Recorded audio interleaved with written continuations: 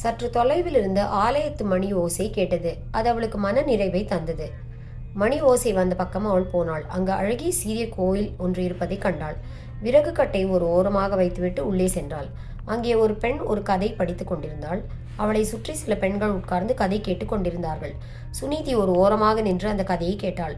அந்த அம்மாள் ஸ்ரீ சந்தோஷி மாதாவின் கதையைத்தான் படிக்கிறாள் என்பது அவளுக்கு புரிந்தது. ஆனாலும் அதற்கு மேல் அவளுக்கு ஒன்றும் தெரியவில்லை. கதை படித்து முடிந்ததும் அம்பாளுக்கு ஆரத்தி எடுத்து அனைவருக்கும் பிரசாதம் வழங்கிய போது அந்த அம்மாள் சுனீதி நிற்பதை கண்டாள். அவளை தன் அருகில் அழைத்து விசாரித்தாள். விறகு வெட்ட வந்தவள் மணி ஓசை கேட்டு இங்கு வந்தேன். நீங்கள் என்ன செய்கிறீர்கள் என்று அவள் கேட்டாள். நாங்கள் அனைவரும் சந்தோஷி மாதாவின் விரதத்தை எடுத்துக்கொண்டிருக்கிறோம் என்று அந்த அம்மாள் கூறினாள். எனக்கு சந்தோஷி மாதா கதை தெரியும், ஆனால் விரதம் எடுக்கும் விவரங்கள் தெரியாது. அதை எடுப்பதால் என்ன பயன் என்றவள் கேட்டாள். சந்தோஷி மாதா விரதம் இருப்பதால் பல நன்மைகள் உண்டாகும். இந்த விரதத்தை மேற்கொண்டால் எண்ணியது நடக்கும். இனிய கணவன் கிடைப்பான், பிரிந்த கணவன் வருவான், சந்தான பாக்கியம் உண்டாகும், செல்வம் பெருகும், குடும்பத்தில் குழப்பம் இருந்தால் நீங்கும், சகல நலன்களும் உண்டாகும்.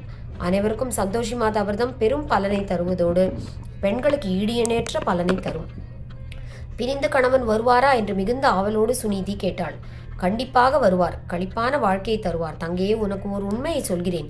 உமா மகேஸ்வரியான ஆதிபராசக்தியால் மனோவலிமை பெருகும், லக்ஷ்மியால் செல்வம் சிறக்கும், சரஸ்வதியால் கல்வி உயரும்.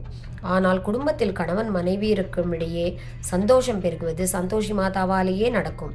3 தேவியர்களின் அருள் பெற்று பிறந்தவள்தான் இந்த சந்தோஷி மாதா என்றாலும் அவளுக்கே இந்த சக்தி உரியதாக விளங்குகிறது என்று அந்த பெண் கூறினாள்.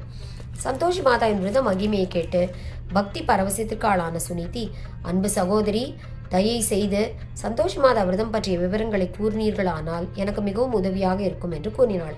சுனீதியை தன் அருகில் அமரச் சொன்ன அந்த பெண் விரதம் மேற்கொள்ள தக்க விவரங்களை கூறினாள். தெய்வம் எல்லாருக்கும் பொதுவானது. ஆனால் சில தெய்வங்களுக்கு செய்யும் விரதங்களுக்கு பெரும் பொருட்செலவு ஏற்படும். சந்தோஷி மாதா விரதத்தை பரம ஏழை கூட செய்யலாம். அவ்வளவு எளிமையானது. ஆனால் பலன் தருவதில் மிகவும் வலிமை மிக்கது. விரதத்தை வீட்டின் உள்ளேயோ வீட்டுக்கு வெளியேயோ எங்கு வேண்டுமானாலும் செய்யலாம். ஆனால் செய்யும் இடம் அமைதி உடையதாக, தூய்மை உடையதாக இருக்க வேண்டும். இந்த விரதத்தை வெள்ளிக்கிழமை தொடங்கலாம்.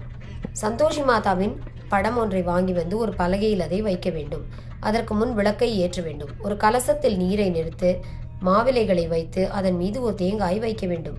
சந்தோஷி மாதாவிற்கு மிகவும் பிடித்தது வறுத்த கடலையும் வெல்லமும் தான்.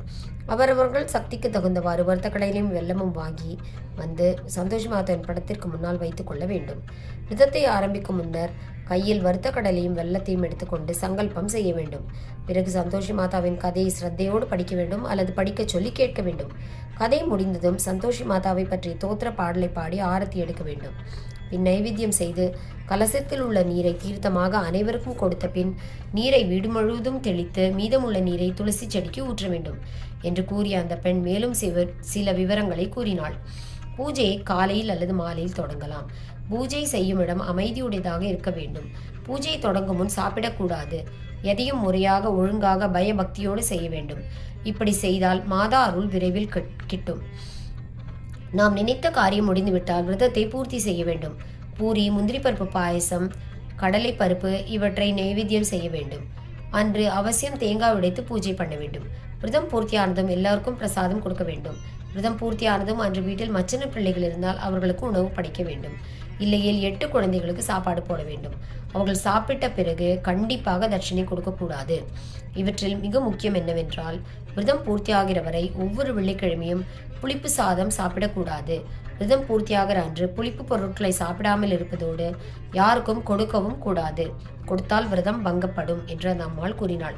சுனீதி மன நிறைவோடு கோவில் சந்நிதிக்கு சென்று சந்தோஷி மாதாவை வணங்கிவிட்டு அங்கிருந்த பெண்களிடம் விடை பெற்றுக் கொண்டு விறகு கட்டை தலையில் வைத்துக் கொண்டு புறப்பட்டாள். வீட்டிற்கு வரும் வழியிலேயே சந்தோஷி மாதா விரதத்தை எடுத்துக்கொள்வது என்ற முடிவிற்கு சுனீதி வந்தாள். விரதம் செய்வதற்கென்று மாட்டுக்கொட்டலுக்கு பக்கத்தில் அவள் ஓர் இடத்தை தேர்ந்து